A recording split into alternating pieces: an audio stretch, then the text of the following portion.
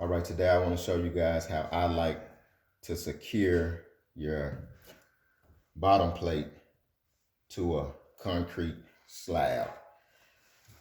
This is pretty much all you need. Your drill bits.